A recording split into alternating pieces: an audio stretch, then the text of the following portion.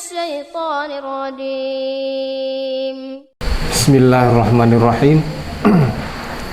Assalamualaikum warahmatullahi wabarakatuh.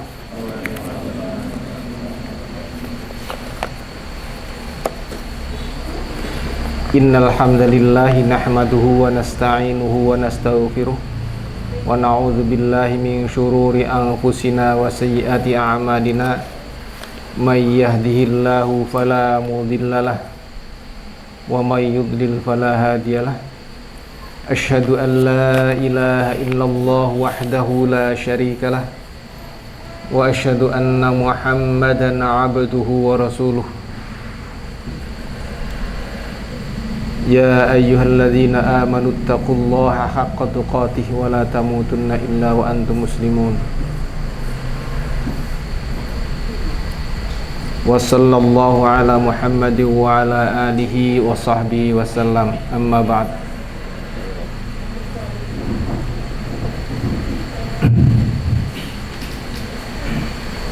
Kita telah membahas pembagian tauhid di pertemuan yang lalu. Hakikatnya tauhid itu adalah satu. Kemudian muncullah orang-orang yang menyekutukan Allah, yang hanya tauhid rububiyah saja. Mereka menolak saat disuruh berikrar bahwasanya tidak ada sesembahan yang hak selain Allah Subhanahu wa ta'ala. Mereka menolak saat disuruh berikrar la ilaha illallah. Akhirnya terbagilah tauhid, tapi tetap intinya adalah satu: mentauhidkan Allah dalam rububiyahnya, mentauhidkan Allah dalam uluhiyahnya, dan mentauhidkan Allah dalam asma wa sifat. Dan secara logika pun, kalau Tuhan itu lebih dari satu, itu tidak bisa diterima oleh akal. Sebab masing-masing akan mempunyai kepentingan. Nantinya Tuhan yang satu menginginkan seorang mati, menginginkan Bapak A mati saat ini, tapi Tuhan satunya ternyata punya kepentingan lain, tidak menginginkan Bapak A saat ini untuk mati, maka menghendaki tetap hidup.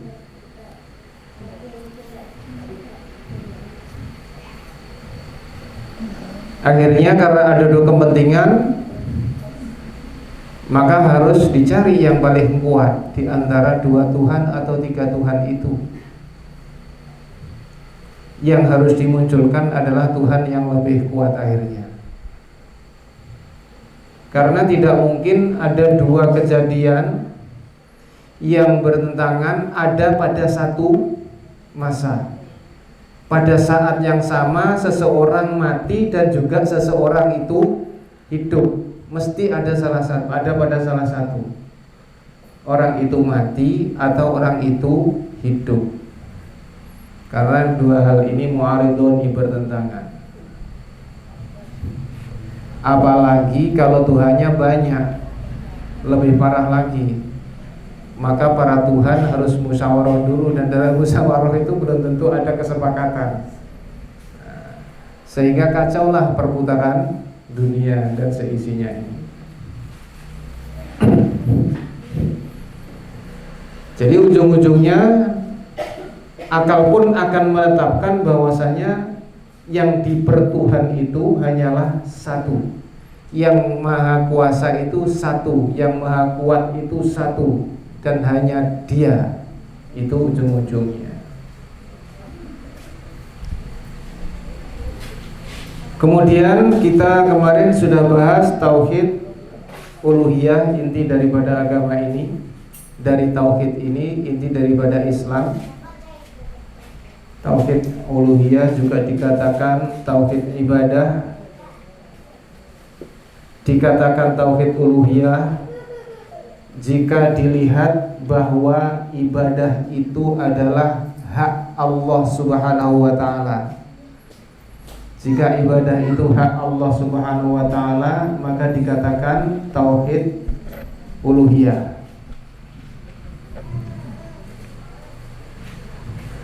Ilah artinya ma'bud. La ilaha la ma'buda bihaqqin. Kemudian juga dikatakan tauhid al-ibadah. Dikatakan tauhid al-ibadah dilihat apabila bahwasanya kewajiban hamba hanyalah beribadah kepada Allah Subhanahu wa ta'ala.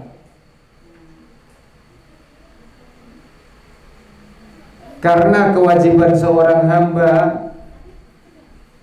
hanya mentauhidkan Allah di dalam ibadah-ibadah mereka, maka dikatakan tauhid al-ibadah. Juga bisa dikatakan tauhid al-amal. Tauhid al-amal. Kenapa demikian? Karena setiap hamba wajib mengesahkan Allah Subhanahu wa ta'ala dalam setiap amalnya. Dalam setiap amal kita wajib hanya kita tujukan kepada Allah Subhanahu wa ta'ala. Tauhid amal. Maka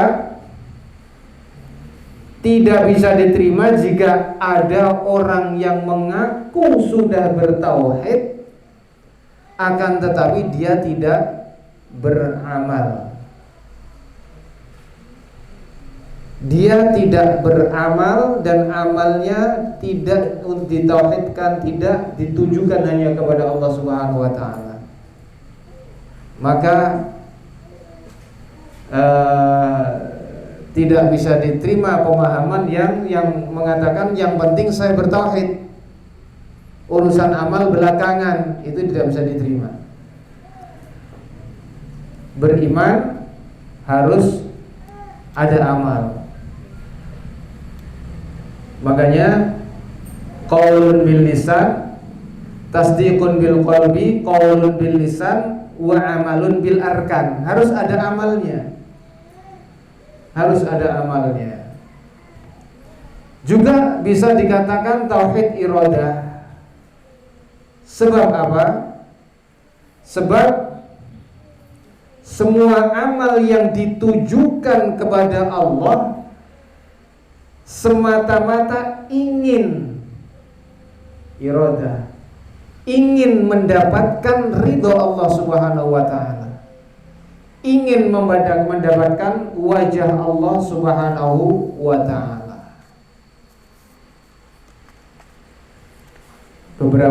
Beberapa nama yang bisa disandarkan kepada tauhid ibadah atau tauhid uluhiyah. Dan inilah hakikat tauhid. Dan inilah yang membedakan antara kita dengan orang-orang yang hanya bertauhid rububiyah tapi menolak tauhid uluhiyah. Dan orang yang benar-benar bertauhid uluhiyah, bertauhid ibadah, mentauhidkan Allah Subhanahu wa ta'ala di dalam semua ibadahnya, dia itu hakikatnya sudah bertauhid rububiyah sekaligus bertauhid al-asma wa sifat. Kita ambil contoh. Seseorang berdoa, dan doa adalah ibadah. Doa adalah ibadah. Maka dalam ibadah, dalam berdoa kita harus menunjukkan hanya kepada Allah Subhanahu wa taala, tidak kepada yang lainnya.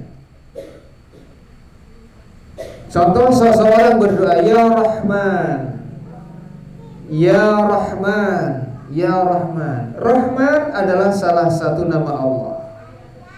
Dengan menyebut Rahman, ya Rahman, ya Rahman, berarti dia mengakui, mentauhidkan kerahmatan Allah Subhanahu wa taala. Dia juga mentauhidkan sifat Allah Subhanahu wa taala rahmah. Dengan menyebut ya Rahman, ya Rahman, hanya Allah yang Maha Rahman. Dia mengakui, membenarkan dan mentauhidkan Allah dalam nama Allah yang Ar-Rahman. Juga dia mentauhidkan Allah bahwasanya yang mempunyai sifat rahmat yang sebenarnya hanyalah Allah Subhanahu wa taala. Sekaligus dia sudah mengakui, sudah mengimani tauhid as-sifah.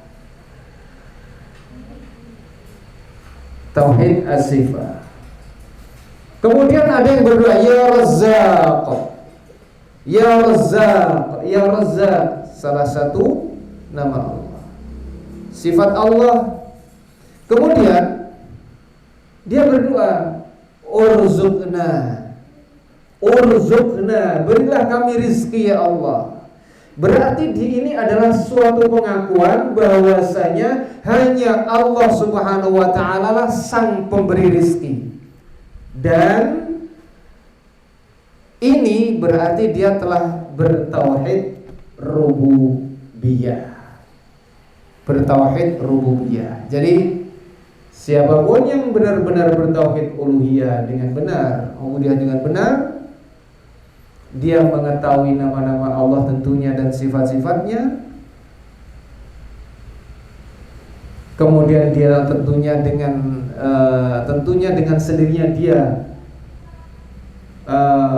tahu kerububiyahan Allah Subhanahu wa taala. Dia hakikatnya sudah sekaligus bertauhid rububiyah dan asma wa sifat. Kita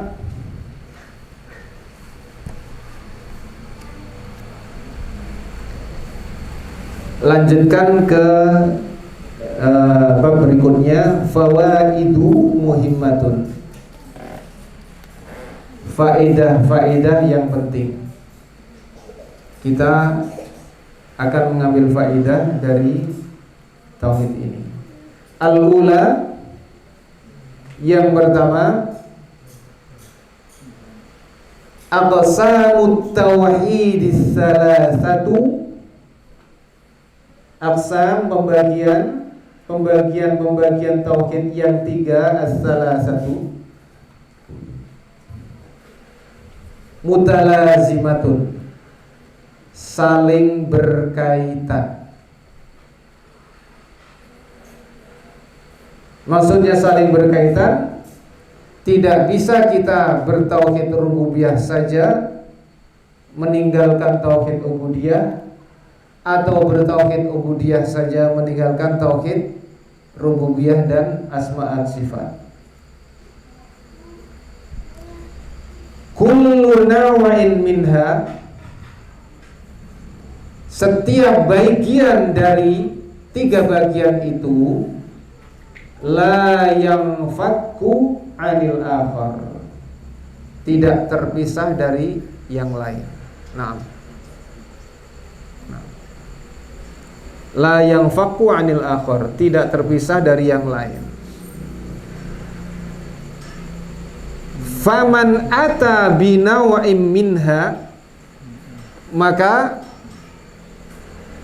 siapa yang mengamalkan salah satu macam dari tiga tauhid itu saja, rububiyah saja, uluhiyah dan asma sifat tidak, atau sebaliknya, walam ya'ti bil akhar, dan tidak mengamalkan yang lain,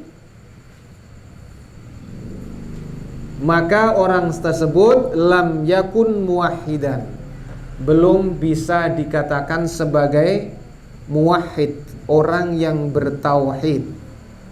Jadi syamil, mencakup 3 perkara ini. Tauhid mencakup 3 perkara ini.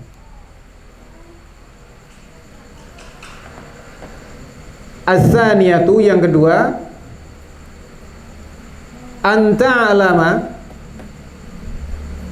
hendaklah engkau mengetahui,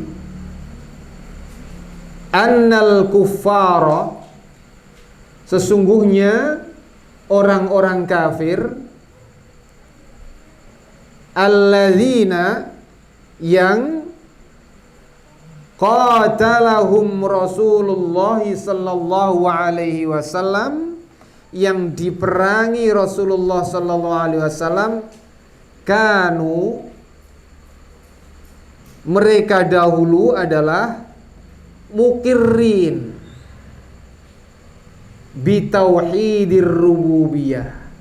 Mereka dahulu adalah orang-orang yang berikrar tentang dengan tauhid rububiyah.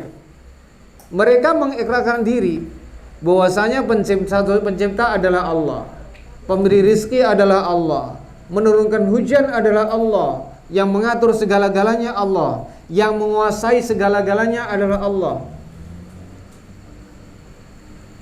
dan seterusnya dan seterusnya. Dan ini tergolong orang kafir.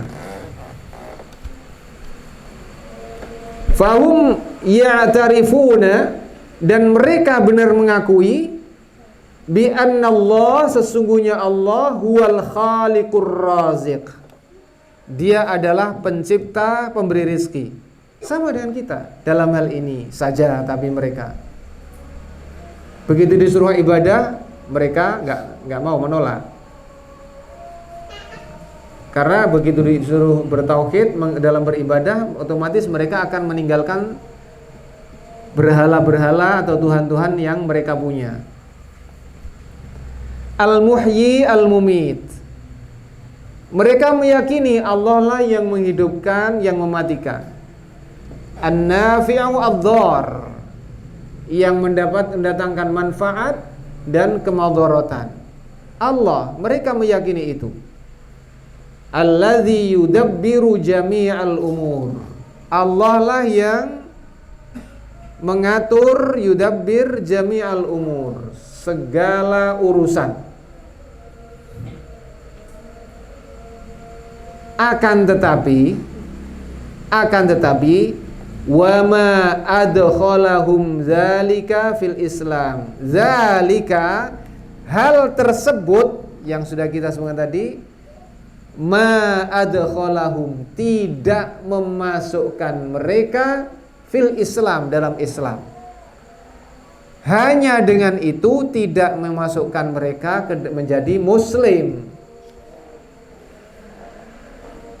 Wad dalil, dan dalilnya qauluhu ta'ala, firman Allah, kul, katakanlah wahai Muhammad kepada mereka, kepada orang-orang kafir yang beriman seperti yang kita sebutkan tadi, bahwasanya Allah adalah pencipta, pemberi rizki, pengatur dan seterusnya.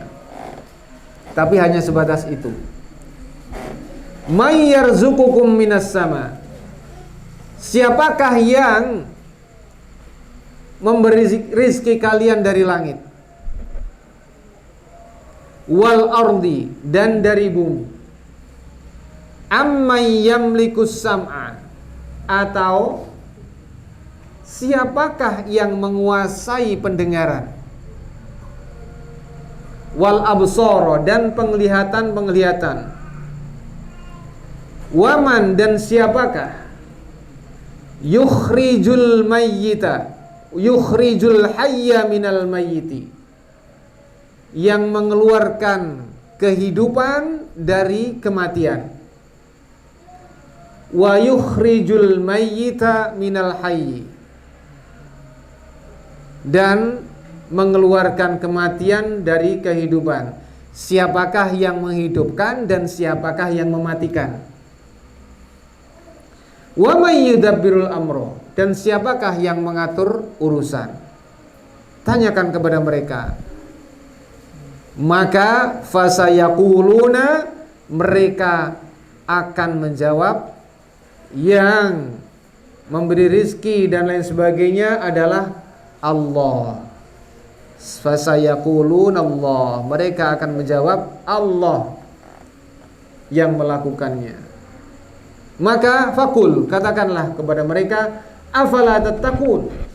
Kalau demikian, kalau kalian tahu yang memberi rizki dari langit dan bumi, yang menguasai penglihatan, pendengaran, yang memberi rizki dan seterusnya, yang menghidupkan, yang mematikan Allah Subhanahu wa ta'ala, afala tattaqun, kenapa kalian tidak bertakwa? Tanda-tandanya apa?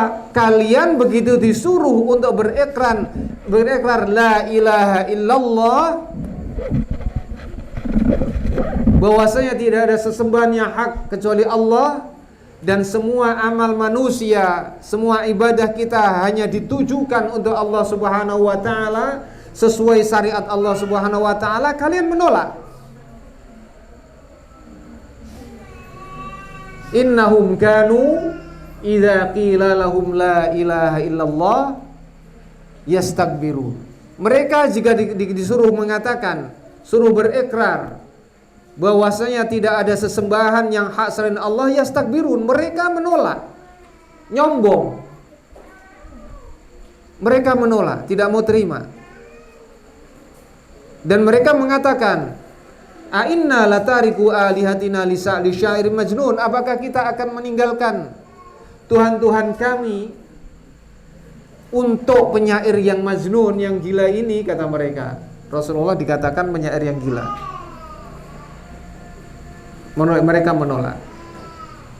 Afala tattaqun, mereka enggak mau bertakwa, tidak mau berikrar la ilaha illallah.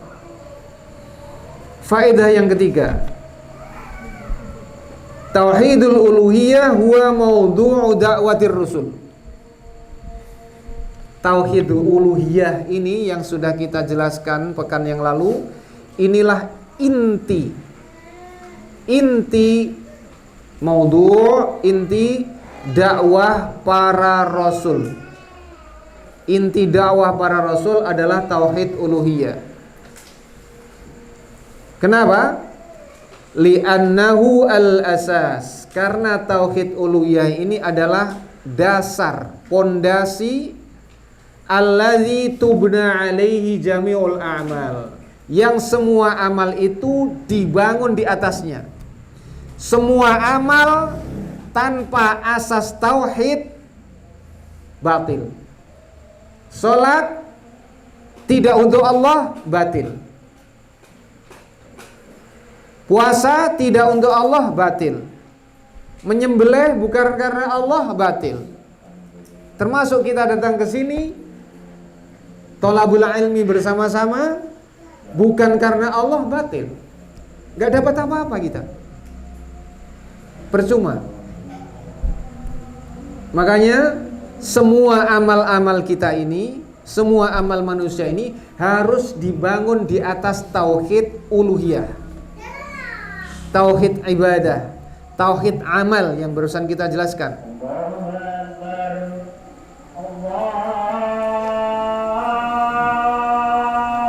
Kita skor sebentar ke azan. Allahu Akbar.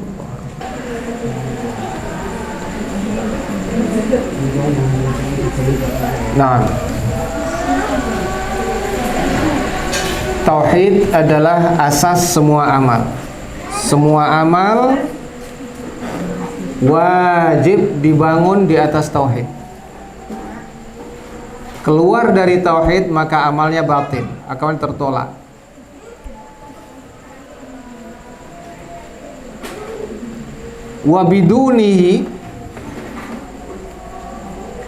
Wabiduni tahaqquqihi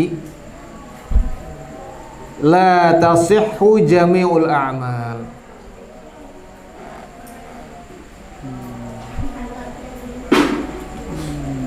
dan tanpa mewujudkannya, artinya beramal tanpa tauhid, beramal bukan untuk Allah, maka la tasihhu jami'ul a'mal, tidak sah semua amalan-amalan. La tasihhu jami'ul a'mal. Fa innahu idza lam yatahaqqaq hasala didduhu. Jika seseorang dalam beramal lam yatahaqqaq,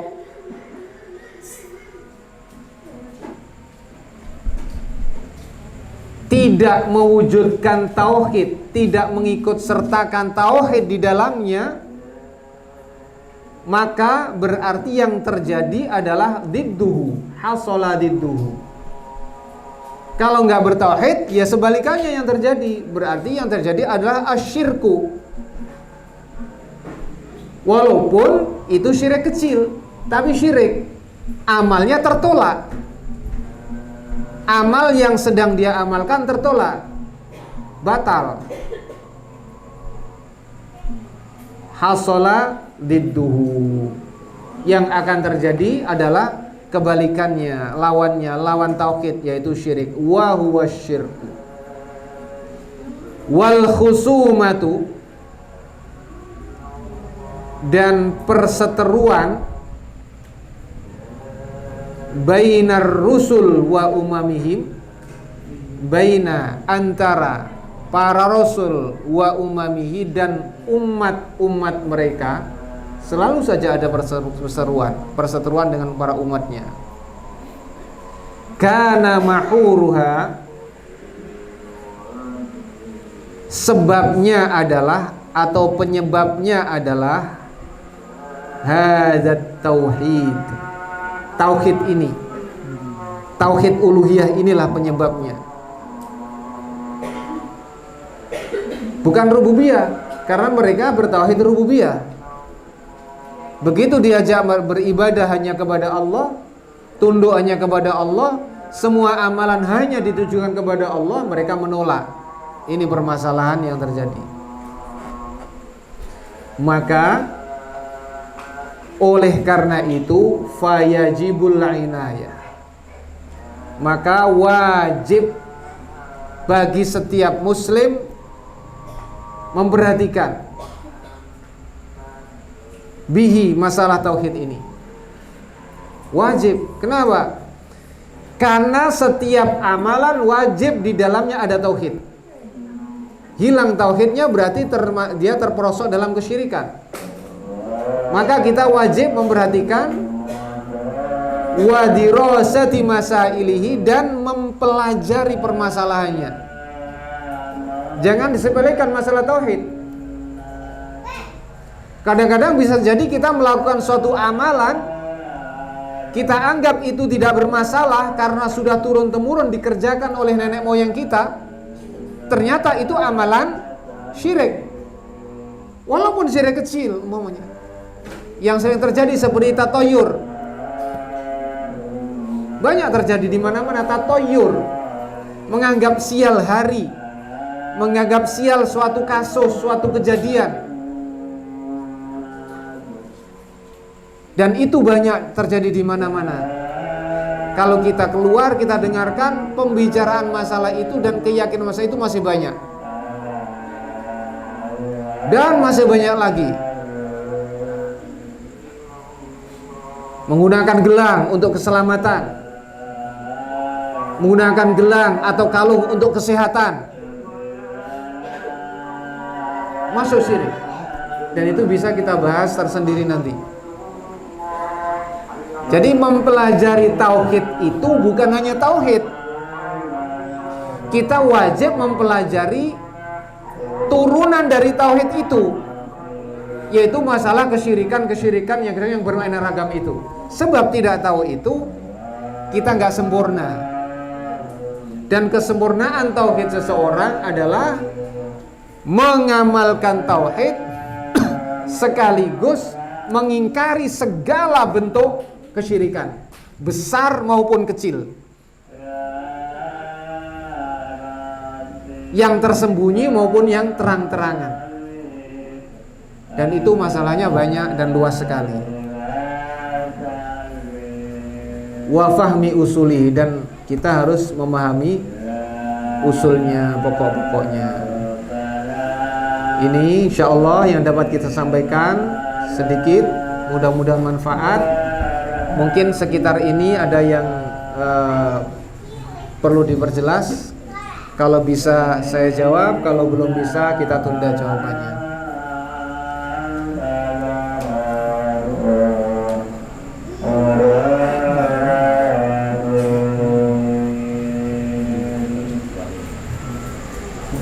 Kalau nggak ada pertanyaan, kita lanjut sholat dan tahsin.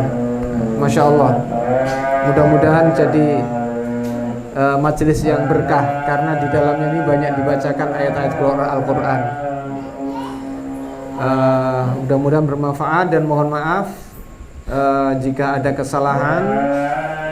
Subhanakallahumma bihamdika asyhadu an la ilaha illa anta astaghfiruka wa atubu ilaik.